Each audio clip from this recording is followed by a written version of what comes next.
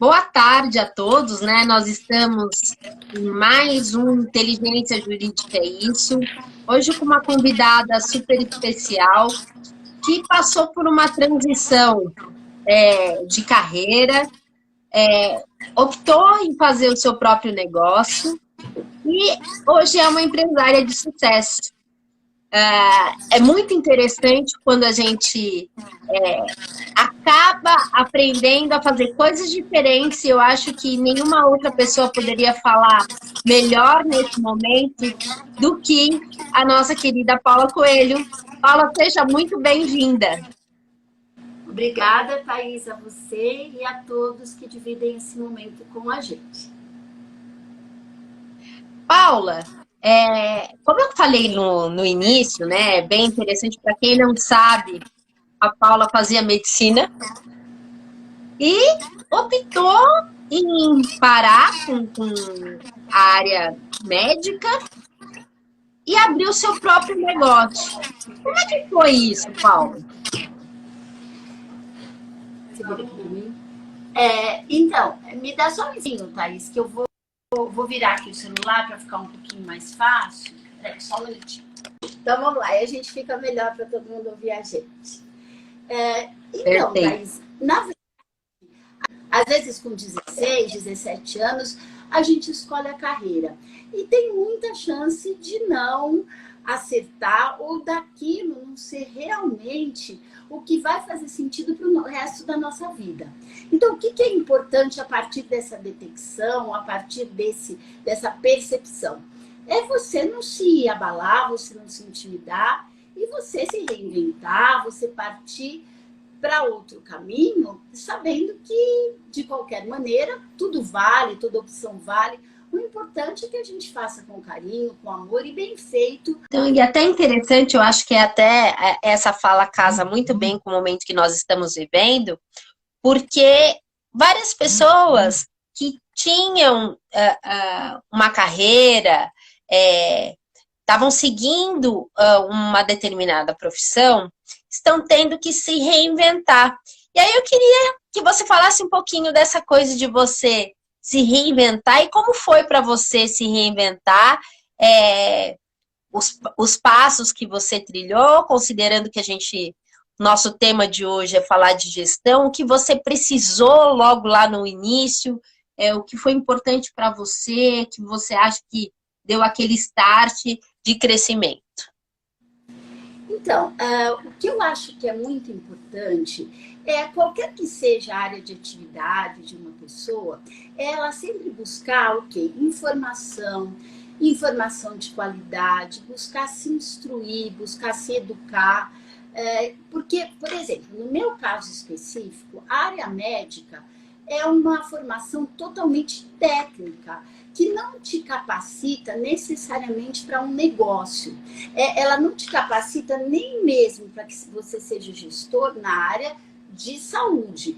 Quanto mais para você ser um empreendedor, um empresário, né? Então, não é esse o foco, o core de uma faculdade de medicina e de tantas outras técnicas que existem por aí, né? Tantos outros cursos e áreas. Então, uma vez que você decide, por exemplo, usando o meu exemplo, ser um empreendedor, uma empreendedora, então é muito importante que você busque. E hoje, Thaís, existem fontes quase que inesgotáveis desse tipo de informação, de formação complementar que possa te servir de alicerce, de base para um dia a dia mais bem-sucedido, mais assertivo. A primeira coisa que eu te diria é que, no meu caso, por exemplo, eu que tinha uma formação técnica em outra área, eu fui correr atrás de cursos, de informação sobre gestão, sobre empreendedorismo, sobre pessoas, né? E fui principalmente seguindo um propósito desde o início e fui aprendendo com base em conhecimento, com base em ciência, com base até em outros casos, em observação, eu fui aprendendo a trilhar os caminhos que me levariam a esse propósito. E fui aprendendo principalmente a corrigir esses rumos, né? Uma hora você está num rumo, precisa corrigir, precisa retomar, mas o mais importante é que você tenha um propósito lá adiante, que esse sim deve ser firme, deve ser claro, ele deve ser motivador para você. E a partir daí, o resto você vai desenhando sempre com base numa formação, na busca de conhecimento, aí sim, técnico na área em que você vai resolver atuar, empreender. Isso hoje é um privilégio, né? O momento em que a gente vive. A gente agora mesmo está falando aí de conteúdo, a gente está falando a gente está contribuindo de alguma forma com a formação de alguém.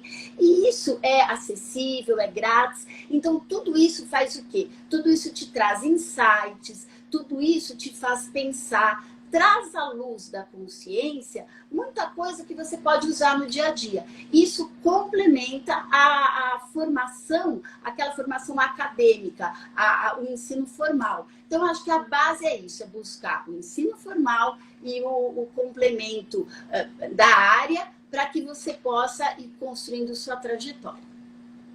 Então é bem importante, né, gente, a gente ficar, observar, porque às vezes a gente tem um sonho.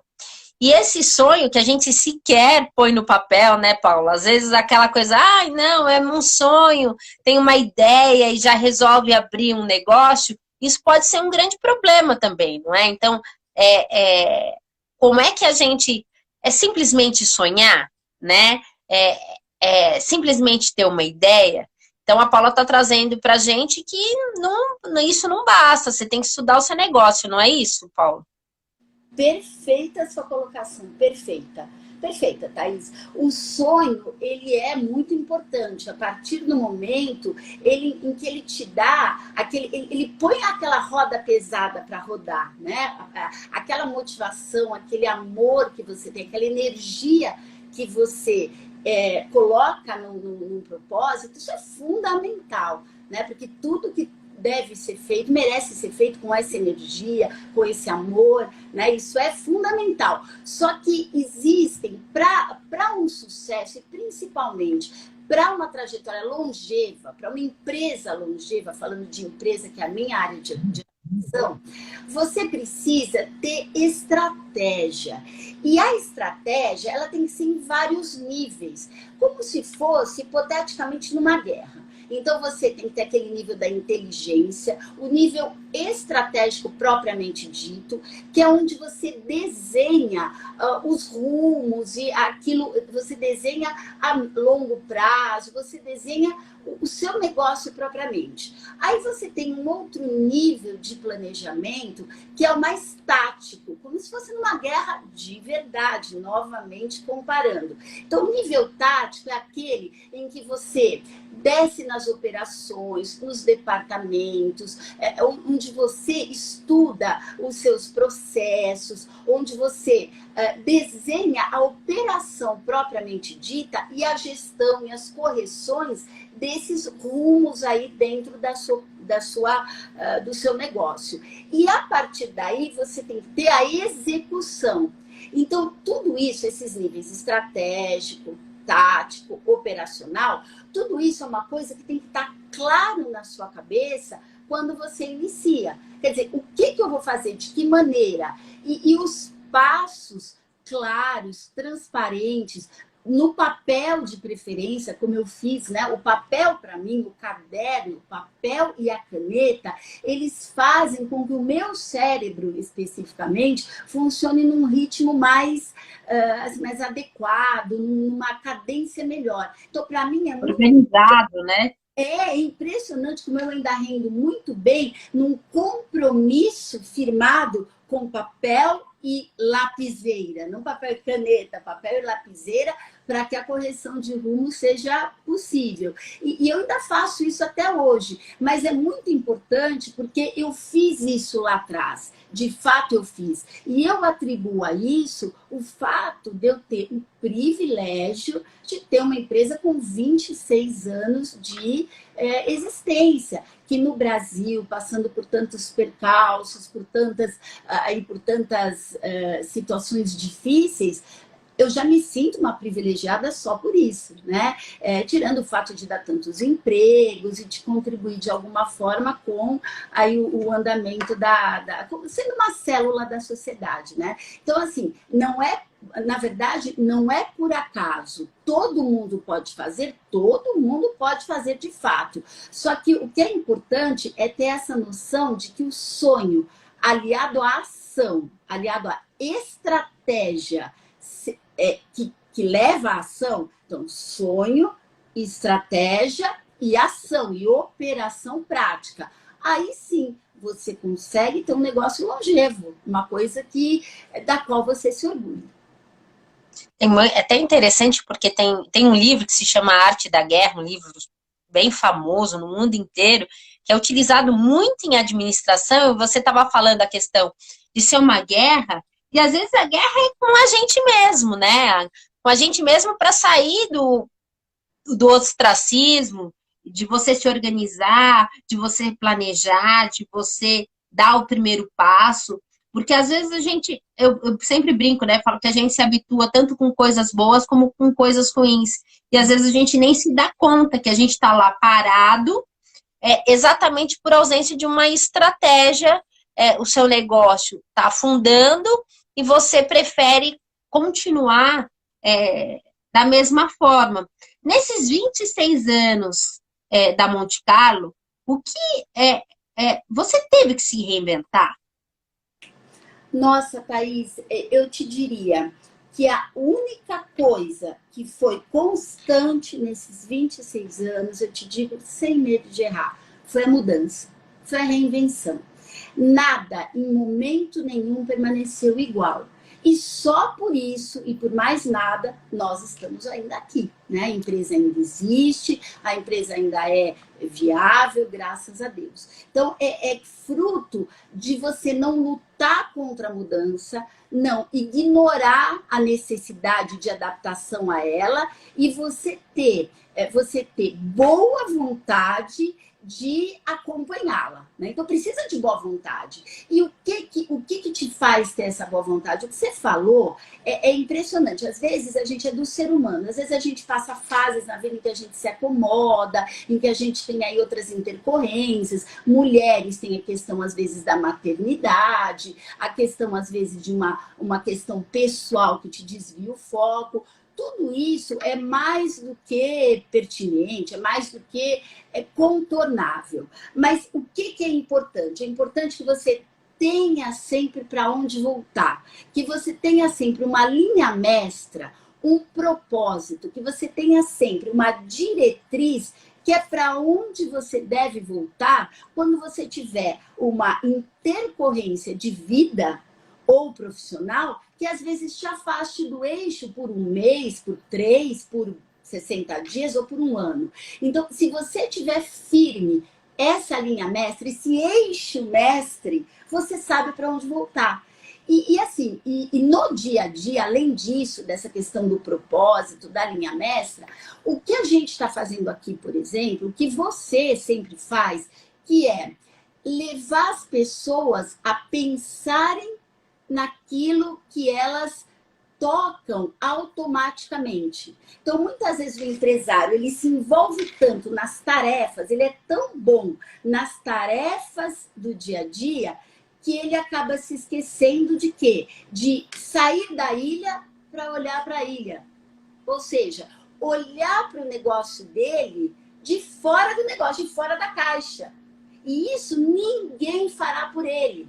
Então, às vezes, você tomando contato com esse nosso bate-papo, com as suas lives, com um conteúdo setorial, você assinando um material de conteúdo setorial, você acompanhando no YouTube, por exemplo, conteúdos da sua área de atuação, você é estimulado a pensar, a ter insights, a ter ideias relativas ao seu negócio, relativas à sua profissão, à sua área de atuação, que se você não tivesse se proposto a isso, se dado essa oportunidade de atualização, de fazer um curso, de participar de um congresso, de participar de uma roda de debate, de uma discussão, de uma mentoria, eventualmente, você não teria essa consciência da necessidade de adaptação, de mudança, de novo rumo,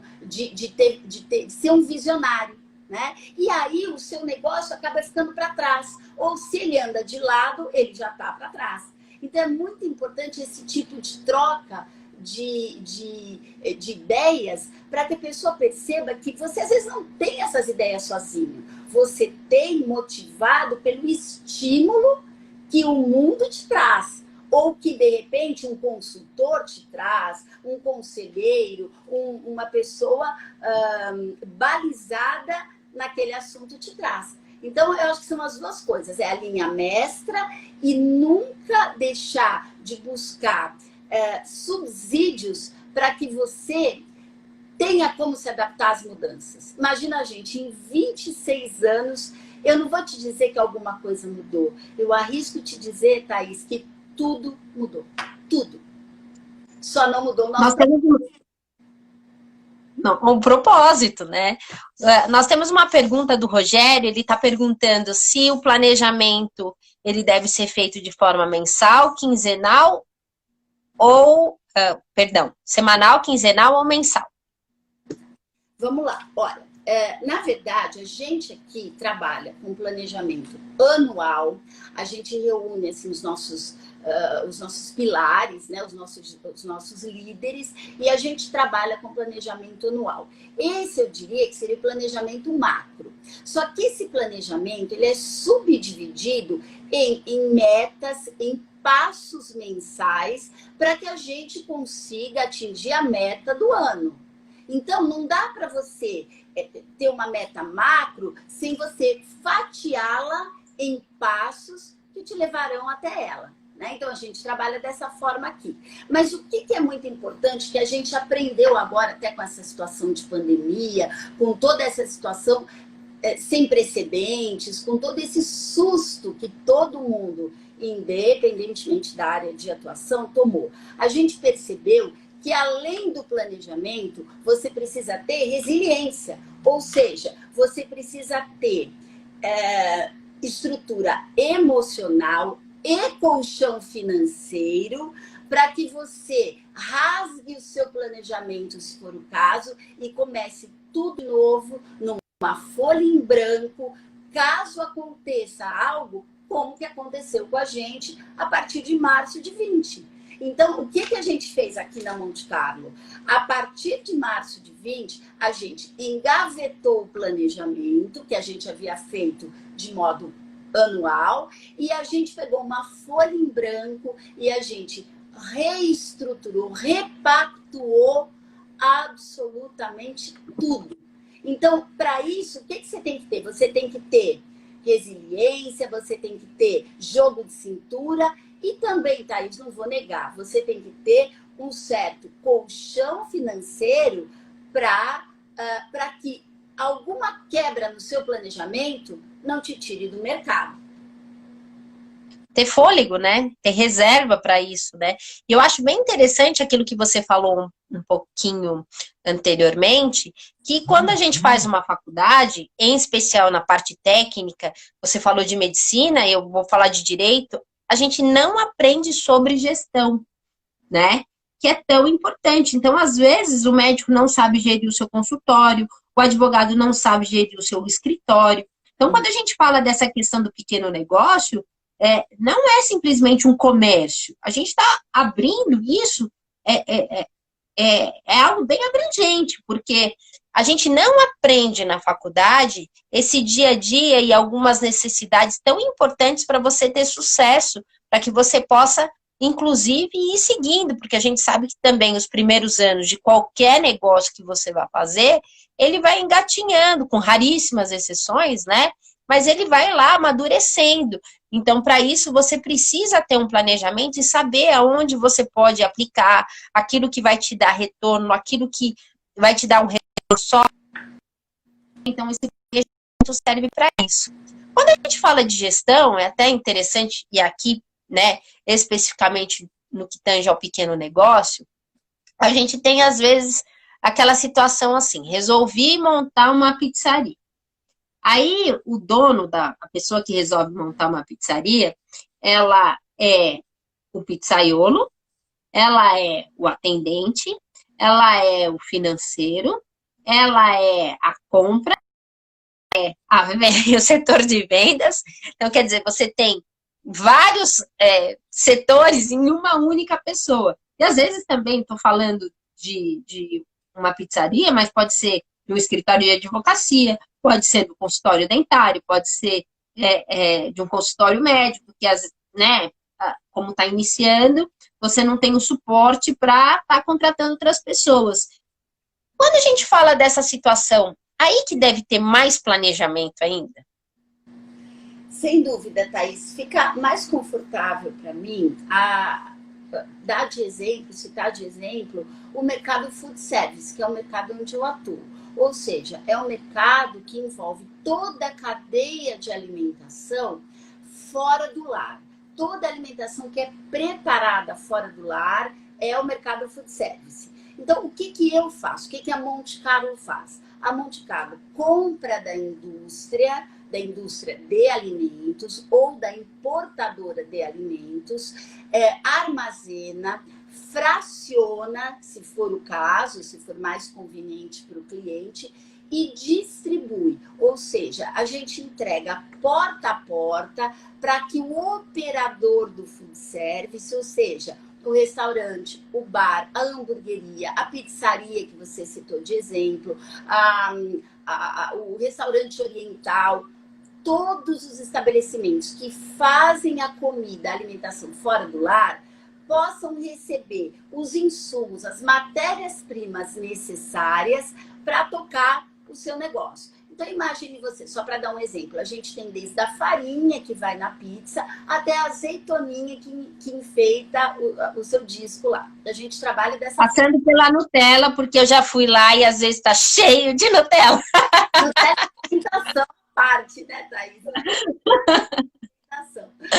É isso mesmo. Então, o que a gente faz? A gente é um elo da cadeia de food service, a gente faz parte da maior indústria, mais parruda indústria do Brasil, que é a indústria de alimentação, e a gente faz parte de um braço dessa indústria, que é a indústria do food service. E é impressionante como nessa situação de pandemia ficou assim claro a interdependência que existe entre esses elos, né? O fabricante, nós que somos o distribuidor, nós que pulverizamos, e o operador, que é a pizzaria, enfim, o estabelecimento onde você vai fazer a sua refeição fora de casa, ou porque você está trabalhando, ou aquela refeição recreativa, lazer, com a família, não importa. Tudo isso é o food service. Então, vamos lá. Respondendo propriamente a sua pergunta, o que acontece? Esse mercado de food service é um mercado mais mais atingido por esse amadorismo, por essa boa vontade única do empreendedor. É aquele empresário que tem uma rescisão de longo período de trabalho, muito boa vontade, às vezes uma habilidade operacional importante, então ele sabe cozinhar, ou ele tem uma receita de pizza sensacional, enfim, ele tem habilidades operacionais prévias, por isso ele resolve aproveitá-las e fazer aí, e monetizar isso, rentabilizar isso fazendo um negócio. Então, o negócio de food service, ele é, de todos, ele é o mais ele é o melhor exemplo desse tipo de situação que você retratou na pergunta. Então, assim, o que é importante a gente ter em mente? É que esse setor, sendo muito amador, então ele é um cara que, eu vou citar um exemplo seguindo o seu, ele às vezes já é excelente pizzaiolo, só que ele às vezes não é bom na organização da compra dele, por exemplo. Então, a gente, da Monte Carlo, o que a gente faz? A gente faz um blog onde a gente disponibiliza artigos de gestão, dicas de operação. A gente disponibiliza, por exemplo, uma plataforma B2B, onde o empresário pode... ele pode fazer toda a compra, cotação, compra, ele pode fazer tudo online para ter o tempo dele dado para essas múltiplas funções que você citou. Então, assim, esse setor onde eu atuo é um setor onde, basicamente, o amadorismo, a boa vontade, o sonho são muito maiores, de um modo geral, do que a formação, do que aquela coisa do eu tecnicamente estou preparado para ser um líder, para ser um gestor, para ser um empreendedor. Então, o que falta? O que falta, na verdade, é o sagrado balanço, né? É aquele equilíbrio de pôr a mão na massa, que é importante, necessário e bom, com a questão de você se informar, de você se preparar, de você se situar dentro do mercado para que você possa atender o mercado melhor. Então não adianta você ficar lá só fazendo a pizza quando você não enxergou que a demanda agora por exemplo, é pelo pão de linguiça. Aquele pão que todo mundo... Então, aquele pãozinho, aquele pãozinho crocante deveria estar mandando para o seu cliente junto com a pizza, que toda a sua vizinhança está mandando e você não. Então, assim, aquela mentalidade CRM, né, de ter o contato com o cliente, de fazer dados virarem ações, fazer dados virarem decisões, aquela coisa de você ter gestão por indicadores, né? Tudo isso é uma coisa que esse tipo de empresário do food service, o dono do restaurante, do bar, da pizzaria, ele tem que ir se educando. E se ele for, como ele já é bom em muitas outras coisas, que muitas vezes na operação, muitas vezes no amor, na boa vontade, ele tem a família que ajuda, então a coisa tende a prosperar, porque a boa vontade nunca lhe falta. O que lhe falta muitas vezes é o profissionalismo para se lapidar como gestor e num mercado onde realmente esse tipo de comportamento, de característica comportamental, que eu acho que isso é muito comportamental, não é ainda tão desenvolvido e tão valorizado e tão estimulado. Então, a gente aqui na Monte Carlo, a gente tem muito esse princípio de termos de educação. É educação entre aspas, claro, é no sentido de preparo, de formação mesmo. Capacitação, né? Todo mundo tem a ganhar. Então, a experiência do cliente no meu cliente vai ser melhor, né? Quer dizer, essa questão do fornecedor, essa parceria vai ser um laço mais forte. E todas as relações que você firma através desse negócio, para cima da cadeia, para baixo, nos colaterais, elas vão ser relações melhores, mais sólidas. É até interessante, né? Como essa questão da parceria, até há um tempo atrás, a Monte Carlo, junto com o meu escritório, a gente fez um e-book sobre empreendedorismo, exatamente pensando no seguinte: se o seu cliente vai bem, você também vai bem. Então, é muito importante essa troca de informação, essa troca de energia até, para que a gente possa se ajudar e fazer as coisas rodarem. Eu não sei se é Capel, se eu não me engano, só para não errar, ele está falando a respeito da questão da graduação. Realmente a gente tem uma deficiência ainda, né, com relação a essa parte de graduação,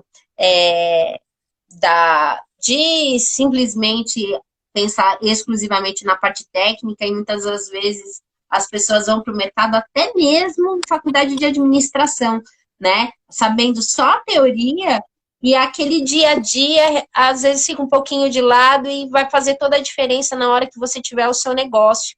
E aí a gente falando da questão do negócio, pensando no planejamento, pensando lá naquela pessoa que teve a ideia, né? Teve a ideia, falou assim, poxa, essa ideia é fantástica, eu vou arrebentar de ganhar dinheiro. Porque sempre quando a gente abre um negócio, é assim que a gente pensa, né? Poxa, tive uma ideia maravilhosa. Qual seria o primeiro passo para colocar essa ideia no papel? Thaís, eu penso assim, que o comportamento empreendedor, ele é comportamento mesmo, na minha opinião. Eu acho que mais até do que dados, do que números, eu acho que isso demanda características comportamentais. E uma delas é a característica de você assumir com você mesma compromissos e conseguir de alguma forma, estruturar para alcançá-los. Então, isso parece muito simples, você falando, isso parece muito fácil, mas na verdade não é. Eu lembro que quando eu comecei a empresa, em 94, eu lembro que eu aprendi eu acho que chama acróstico isso, é uma coisa que chama assim, SMART, né? Então, como as metas na sua vida devem ser. Então, é da sigla do inglês, S de específicas. Então, quando você vai montar um negócio, eu acho que o importante é você ter a noção de que isso é uma meta, isso, na verdade, é uma empreitada, isso, na verdade, é uma jornada de vida. Eu brinco que é como se fosse um filho, né? Uma empresa, ela é tão gratificante, muitas vezes, quanto um filho, e ela demanda tanto quanto. É impressionante. Você que é mãe, você sabe, eu sou mãe, a gente sabe que é praticamente um outro filho nosso, né? Então, e vale muito a pena, porque se você tiver essa visão de que é uma maneira de você atuar na sociedade, assim como quando você cria bem um filho, você também está fazendo um bem para a sociedade, e na empresa também. Você está criando uma célula, plantando uma semente do bem na sociedade, se você consegue agir com ética, se você consegue ter uma equipe que você estruture bem, que você propicie o progresso dela. Então, assim, como que eu comecei lá atrás? Eu pensei assim, o que é a primeira coisa que eu preciso ter? Eu preciso ter uma meta. Uma meta. E aí, eu aprendi essa sigla SMART que eu estava comentando. Então, uma meta tem que ser específica, mensurável, atingível, relevante e temporal. Então, assim, isso é super banal. Mas você imagina, quase 30 anos atrás, eu me debrucei nisso e falei, peraí, eu vou escrever, eu preciso de uma meta específica. O que eu quero da minha vida? Então, vamos repetir. Repete para a gente para poder fixar bem. O que quer dizer essa meta SMART? Esperta, né? Pensei que fosse só para mim, mas o pessoal está falando que não está saindo o som. Você está nos ouvindo?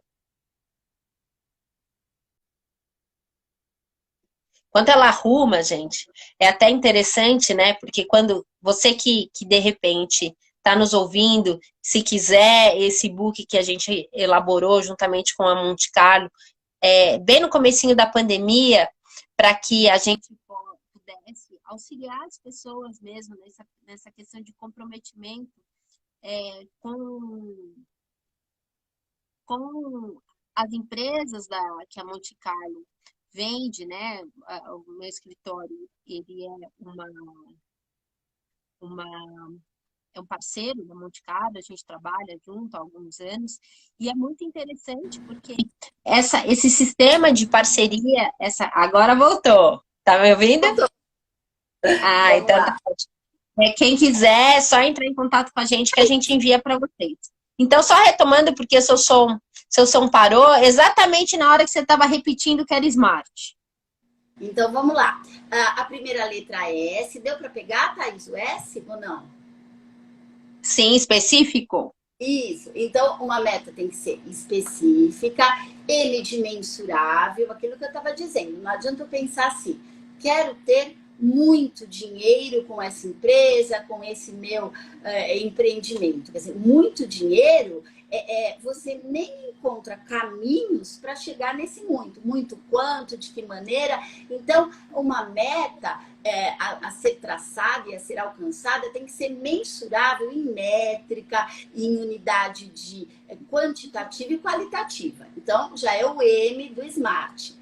A parte do de quanto dinheiro, quantos clientes, né? Tem que ter o quanto no meio. Sem dúvida. E isso eu não estou falando de uma coisa sobrenatural em que o além, né, o além terra, a parte espiritual vai atingir, vai interferir. Eu estou falando que você pensar em cima dessas variáveis vai te fazer justamente pensar. Não vai fazer apenas que o universo trabalhe por você enquanto você repousa. Quer dizer, a partir do momento em que você traça uma meta específica, mensurável, isso não quer dizer que o universo vai te trazer isso. Porém, quer dizer que você vai pensar em cima disso e vai fazer sua própria estratégia, o seu próprio caminho para chegar lá. E se você não pensar, o passo em que se você não pensar, você não fará. E terá muito menos chance de atingir seus objetivos, né? Então, não é uma coisa sobrenatural, é uma coisa muito filosófica, uma coisa muito de ideia e muito empírica, muito de dia a dia mesmo, de prática, né? Mas, continuando, especificamente mensurável, de atingível, porque daqui a 5 minutos eu não posso pôr a meta de estar em Marte, né? Não dá. Então, não estarei. Tem que ser realista, né? Tem que ser realista. Tem que ser realista. O R o R realmente é essa questão do realista, né? Perdão, é a questão do relevante. Então, assim, relevante por quê? Para mim, especificamente, aí um micro depoimento pessoal, para mim, especificamente, era de uma extrema relevância eu criar uma célula, eu criar um micromundo onde eu pudesse fazer o que eu tanto queria ver nesse país. Né? Então, eu tinha muito sonho e tinha muita vontade de criar relações comerciais, interpessoais, permeadas pela ética, permeadas por tratar as pessoas como eu gostaria de ser tratada. Então, assim, sempre teve uma relevância muito grande, um valor muito grande para mim, o fato de poder ter uma empresa, de poder ser formador de opinião dentro do meu micromundo, dentro daquele microcosmo de atuação da empresa. E eu nunca tive medo, muito pelo contrário, sempre tive muita vontade de ter essa responsabilidade, porque essa relevância eu enxergava muito na empresa e no ato de ser empreendedor, de ser empresário. Então, ser empresário não é qualquer coisa, é você ter na mão ferramentas e instrumentos para construir um cenário, um micromundo melhor. E que eu acredito que vários desses somados, juntos e misturados, fazem um país melhor, fazem uma sociedade melhor, fazem relações humanas melhores. Então, essa relevância, o R, é importante que todo mundo tenha a sua. Não precisa necessariamente, isso é a minha, mas cada um tem que ter a sua relevância quando vai se envolver numa empreitada de empreendedorismo, né? Então, o R e o T de temporal. Então, é assim, quando eu montei o Monte Carlo, eu tinha 20 e poucos anos, né? Melhor a gente nem comentar isso. Ontem. Mas, assim, eu tinha uma expectativa temporal. Então, assim, eu não queria, por exemplo, ter uma condição X, que a empresa tivesse uma condição Y um dia. Eu queria num determinado tempo. Então, se você pega essa SMART e você se debruça, se dedica, parece um clichê, parece uma bobagem, mas se você se aprofundar nas características de comportamento necessárias para você seguir esse acrósticozinho, você vai perceber que você vai trabalhar um caderno, uma brochura para você planejar o seu negócio. Eu acho que já é um grande começo. Então, pensar no seu propósito, pensar em todo esse smart, eu acho que já ajuda muito.